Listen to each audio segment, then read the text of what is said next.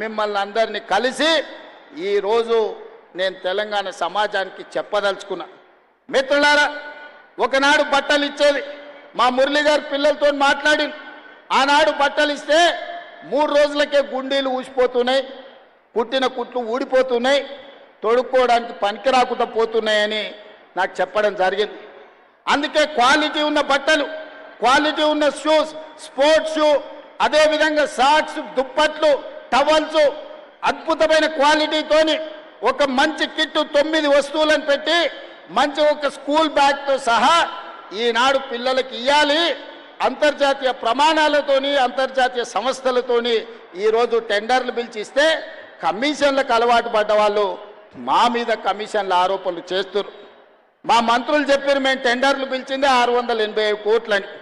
ఒక ఆయన చదువుకున్న ఆయన అంటాడు, మరి చదువుకున్నాడు కాబట్టి ఆయనకు గుండు కొట్టుకుంటే ఉన్నమతి పోయిందేమో నాకు తెలియదు, కానీ 3000 కోట్ల అవినీతి జరిగింది అంటాడు.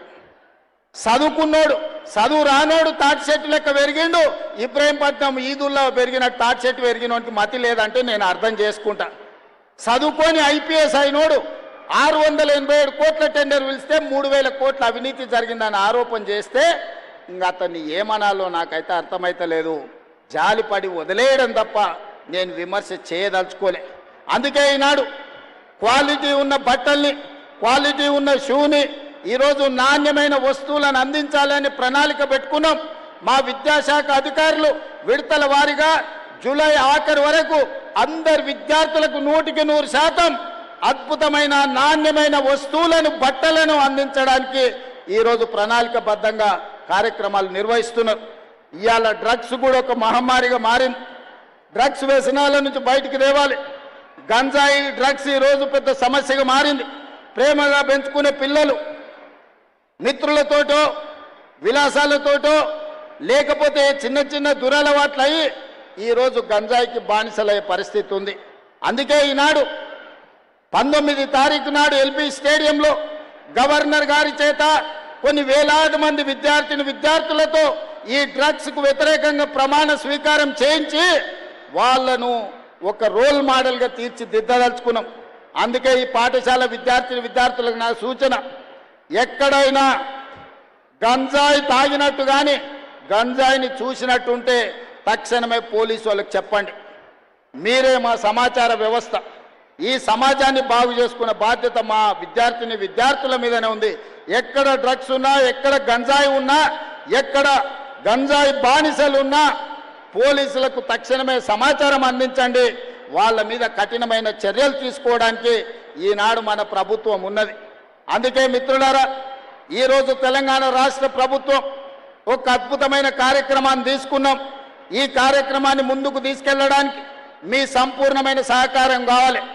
మీరు అండగా నిలబడితే అక్నూర్ మురళి గారు విద్యా కమిషన్తో పాటు రాష్ట్ర ప్రభుత్వం, మా ప్రభుత్వ అధికారులు అద్భుతాలను సృష్టించగలరు.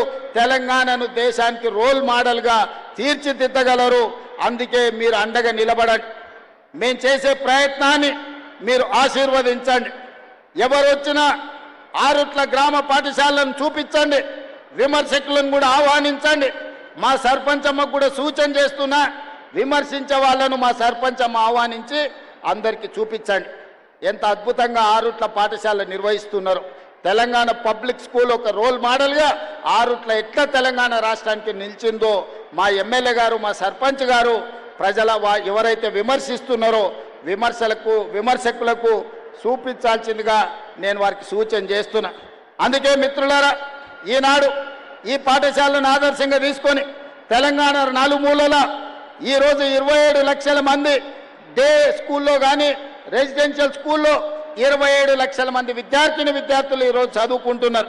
వాళ్ళందరికీ నాణ్యమైన విద్యతో పాటు నాణ్యమైన స్కిల్స్ని అందించడంతో పాటు వాళ్లకు ఉద్యోగ ఉపాధి అవకాశాలు కల్పించడానికి రాష్ట్ర ప్రభుత్వం సంపూర్ణంగా కృషి చేస్తుంది. ఇంత మంచి కార్యక్రమాన్ని ఏర్పాటు చేసి ఇంత అద్భుతంగా తెలంగాణ రాష్ట్రానికి ఒక సందేశాన్ని అందించే ఈ కార్యక్రమాన్ని ఏర్పాటు చేసిన ఆరుట్ల స్కూల్ మేనేజ్మెంట్లో ఉన్న ప్రతి ఒక్కరికి మనస్ఫూర్తిగా అభినందనలు, ధన్యవాదాలు తెలియజేస్తూ మీ అందరి దగ్గర సెలవు తీసుకుంటున్నా. ధన్యవాదాలు మిత్రులారా. ఆరుట్ల ఒక అద్భుతమైన సందేశాన్ని ఇస్తోంది రానున్న కాలానికి. ముఖ్యమంత్రి గారికి ధన్యవాదాలతో ఇప్పుడు శివరాత్రి పూజ అనే అమ్మాయి ఔరవానిపల్లె అనే చిన్న పల్లెలో పుట్టింది, ఐఐటి ఖరగ్పూర్లో సీట్ సంపాదించింది.